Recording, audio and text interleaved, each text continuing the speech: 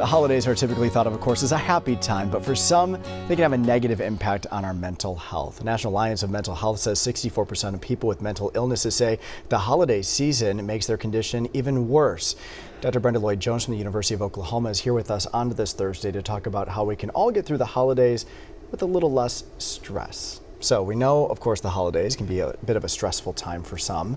What kind of advice do you have for folks? Yes, people are sad and depressed for a myriad of reasons. Some have lost loved ones, others don't have access to get to their loved ones. And I would suggest those who are feeling sad, sometimes it's okay for them to sit with their feelings and to think about what it is that's making them sad. Sometimes it'll lead them to a photo album or some pictures, or it will provide an opportunity for them to look at a video and sort of bring a smile to their face or lift their hearts. They, of course, can reach out to others who may be in a similar situation, and then they can certainly commiserate.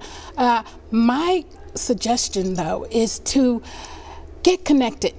Get connected, whether that's virtually or physically. If you feel inclined to, accept one of the invitations that you've received and attend that event. If someone says, I haven't received any invitations yet, then invite some people over into your space. Invite them over. And if you say, I haven't decorated like I used to in the past, then invite them for lunch out at an eatery, coffee or tea.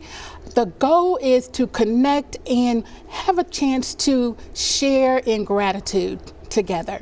So I have a podcast recommendation, and it's called The Very Good Mind Podcast.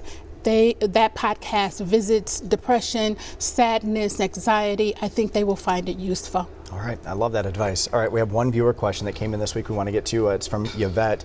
She says, I have a friend and we both listen to each other's minor concerns, so close friend. But lately it's really become all about her and her significant others and their problems. So her problems are starting to stress me out. What should she do in this situation? Oh, Yvette, she sounds like she's doing most of the heavy lifting when it comes to emotional support. Here's what I would suggest. Yvette should have a conversation with her friend. Tell her that she no longer wants to engage in deep, intense conversation going forward. And this is how you establish a boundary.